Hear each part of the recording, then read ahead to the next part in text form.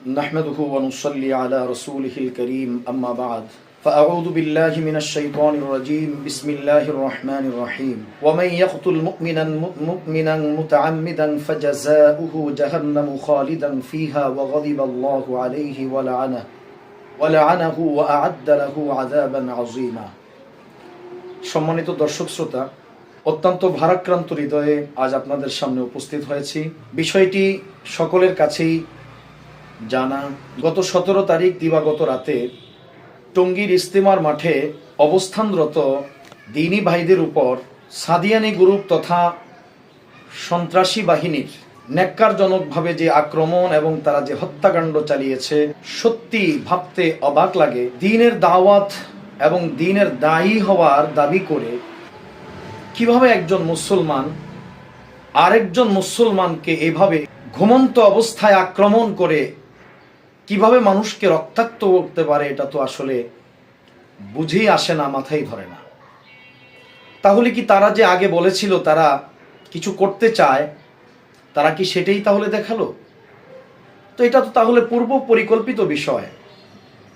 বাস্তবতা তো এমনই মনে হচ্ছে যে তারা আসলে দ্বীন ধর্মের নামে কিছু তাণ্ডব চালাতে চাচ্ছে, দেশে একটি হট্টগোল তৈরি করতে চাচ্ছে, বিশৃঙ্খলা তৈরি করতে চাচ্ছে এবং দাওয়াত ও তাবলীগের মতো একটি গুরুত্বপূর্ণ এবং ব্যাপক জনপ্রিয় গোটা বিশ্বে সমাদৃত একটি দ্বীনি মেহনতকে এটাকে নষ্ট করার পায় তারা মূলত যেন মাঠে নেমেছে এবং এই এজেন্ডা বাস্তবায়নের জন্যই তাদের যেন তারা মরিয়া হয়ে লেগেছে। তারা চাচ্ছে যে এই মেহনতটা যেন পৃথিবীতে আর চলতে না পারে। আমার তো মনে হচ্ছে এটা ছাড়া আর কিছু না।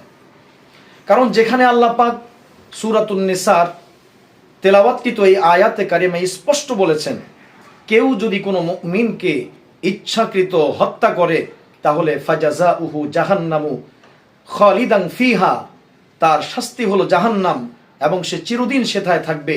ওয়া গাদিবাল্লাহু আলাইহি ওয়া লাআনাহু, এবং আল্লাহ তার উপর রাগান্বিত হন এবং তাকে অভিশাপ করেন এবং ওয়া আ'আদ্দা লাহু আযাবান আযীমা, এবং তার জন্য মহা শাস্তি তিনি প্রস্তুত করে রেখেছেন।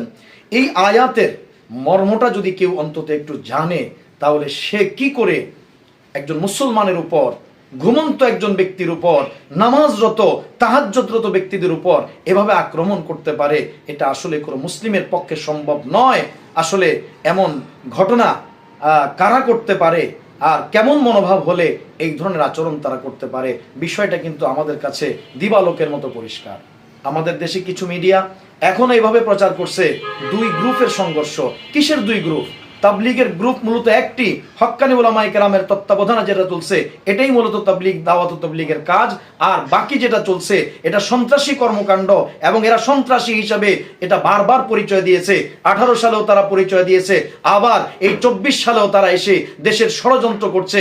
আমাদের সমন্বয়কদের পক্ষ থেকে তাদেরকে সবর করতে বলা হয়েছিল, অপেক্ষা করতে বলা হয়েছিল, সিদ্ধান্ত জানার জন্য তাদেরকে একটু দেরি করতে বলা হয়েছিল। তারা সেগুলোর তোয়াক্কা না করে তারা এইভাবে একটা ন্যাক্কারজনক ঘটনা ঘটালো।